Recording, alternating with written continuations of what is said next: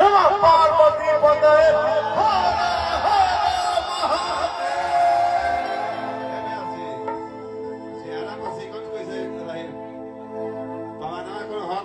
Picture देखे ने पियले नाई के दूध पियले अरे माई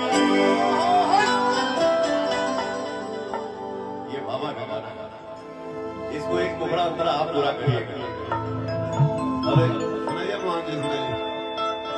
अरे माई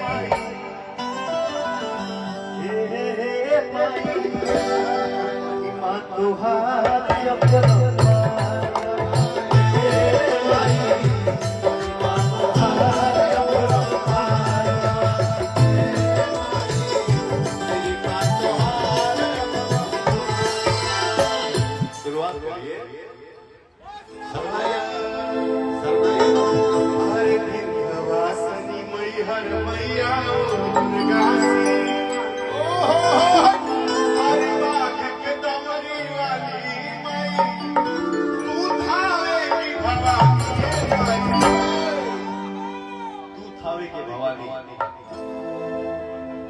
तू थावे के भवानी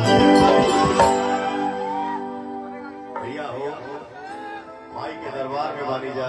एक चीज हमेशा सबको ध्यान में रखना चाहिए कि अनुशासन ही देश को महान बनाता है।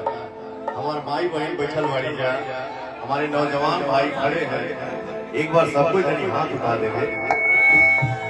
तू थावे के भवानी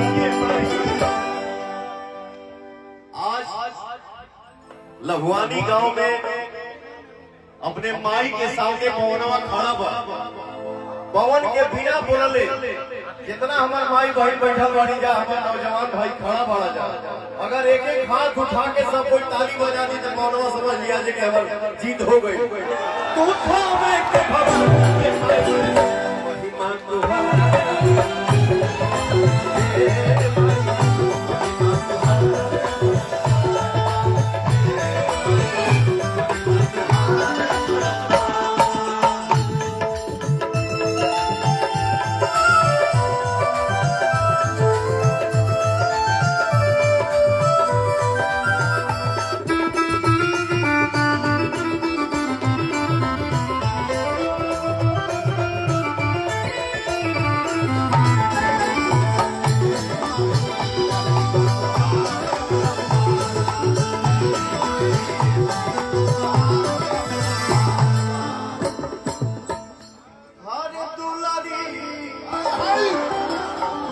बड़ी